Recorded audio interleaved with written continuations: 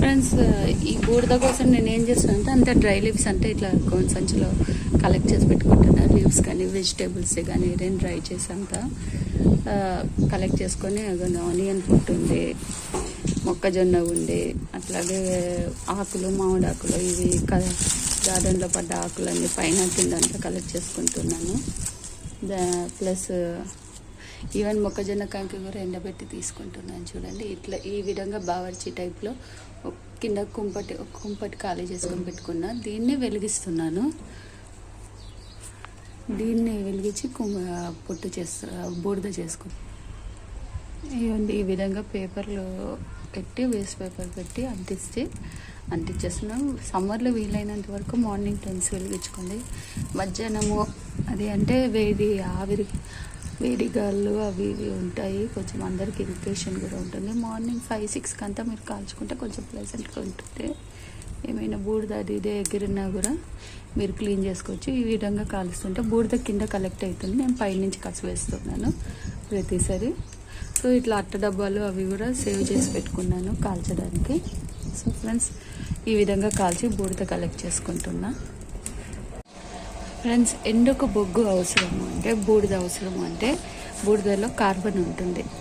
Carbon is the main element required for ప్రతి జీవరాశికి. Carbon ఉంటేనే అది బ్రతుకుతుంది. మన ఫుడ్లో కానీ కార్బోహైడ్రేట్స్ ఉండాలి మనం తీసుకునే. అట్లాగే ప్రతి ఒక్క జీవరాశికి అవసరం. మట్టికి కూడా కార్బన్ ఉంటేనే మట్టిలో సూక్ష్మ పోషకాలు ఉంటాయి. కార్బనం లేని మట్టి ఎడారి మట్టితో ఇసుకతో సమానం. ఎడారి మట్టితో సమానం. కార్బనం ఖచ్చితంగా ఉండాలి. మన మిద్దె తోటల్లో ఎక్కువగా కార్బనం ఎగ్జాస్ట్ అయిపోతుంది.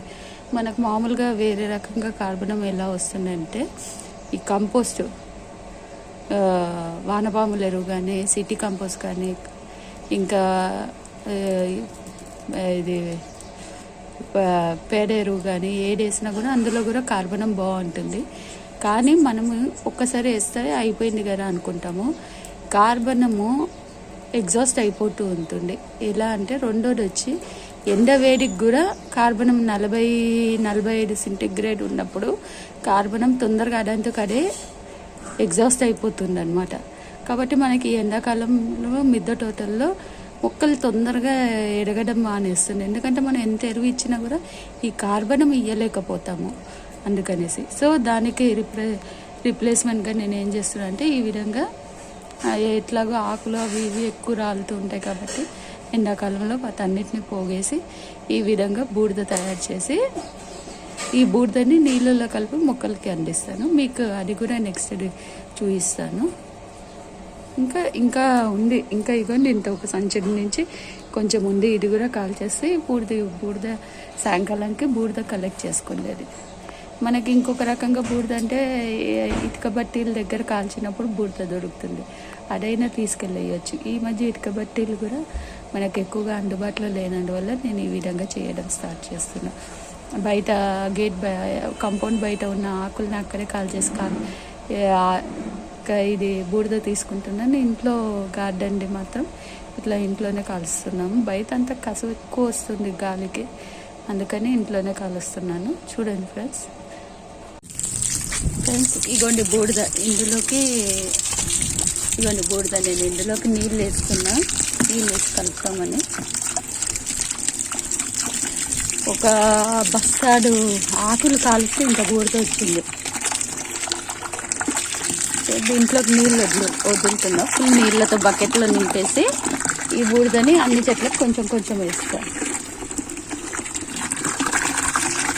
సో ఫ్రెండ్స్, ఇట్లా నీళ్ళు కొంచెం చిన్న బకెట్లో తీసుకొని అన్ని మొక్కలకి కొంచెం కొంచెం పోస్తాను. ఇక చూడండి, ఈ విధంగా కొంచెం కొంచెం పోస్తే ఈ కార్బన్ అనేది తులసి చెట్టుకు కూడా పోస్తున్నాను, మంచిది కాబట్టి. ఇవ్వండి, కార్బన్ అనేది మొక్కలకి చాలా మంచిది. బాదం చెట్టుకి మెయిన్ జీవం అన్నమాట ఈ కార్బన్. ఇవ్వండి, బ్రహ్మకమలం లాస్ట్ అని చెప్పాను కదా,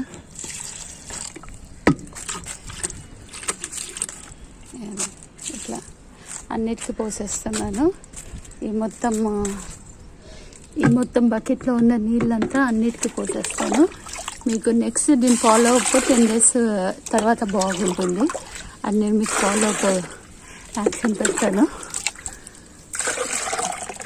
ఎట్లా ఉంది చెట్లు గ్రోత్ అని.